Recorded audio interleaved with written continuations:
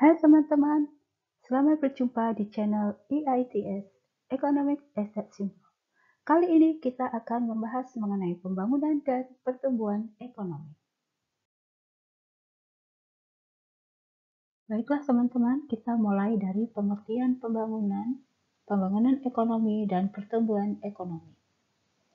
Pembangunan atau development mengacu pada pengertian proses perubahan yang mencakup keseluruhan sistem sosial seperti politik, ekonomi, infrastruktur, pertahanan, pendidikan, dan teknologi, kelembagaan, dan budaya.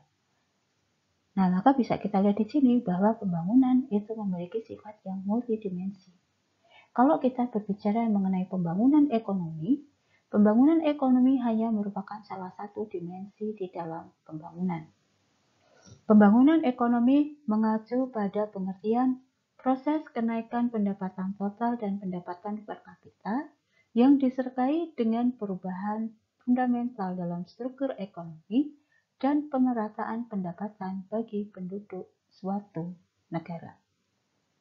Kata kunci pembangunan ekonomi yaitu kenaikan pendapatan total, pendapatan per kapita, perubahan struktur ekonomi, dan pemerataan pendapatan. Lalu pertumbuhan ekonomi. Pertumbuhan ekonomi mengacu pada pengertian proses kenaikan kapasitas produksi suatu perekonomian, di mana kapasitas produksi suatu perekonomian tersebut tercermin pada pendapatan nasional atau produk domestik bruto.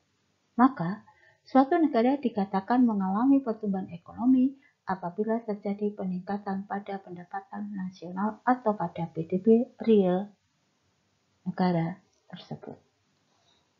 Secara lebih detail, kalau kita membandingkan antara pembangunan ekonomi dan pertumbuhan ekonomi adalah pembangunan ekonomi merupakan proses perubahan yang terus-menerus untuk meningkatkan pendapatan per kapita.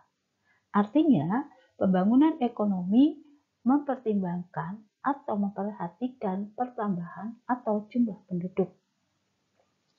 Pembangunan ekonomi memperhatikan adanya pemerataan dan meningkatkan taraf hidup masyarakat, serta ada atau diikuti oleh perubahan fundamental pada struktur ekonomi. Pembangunan ekonomi selalu diikuti oleh pertumbuhan ekonomi. Sementara itu, mengenai pertumbuhan ekonomi, yaitu proses naiknya kapasitas produksi yang tercermin pada peningkatan pendapatan nasional atau PDB. Pertumbuhan ekonomi tidak memperhatikan pemerataan, juga tidak memperhatikan atau mengabaikan jumlah penduduk, dan belum tentu dapat meningkatkan taraf hidup masyarakat. Dengan kata lain bahwa pembangunan ekonomi memiliki sifat yang lebih komprehensif, sedangkan pertumbuhan ekonomi bersifat kuantitatif, yaitu hanya menekankan pada adanya kenaikan dalam standar pendapatan atau kenaikan pada tingkat output yang dihasilkan oleh suatu negara.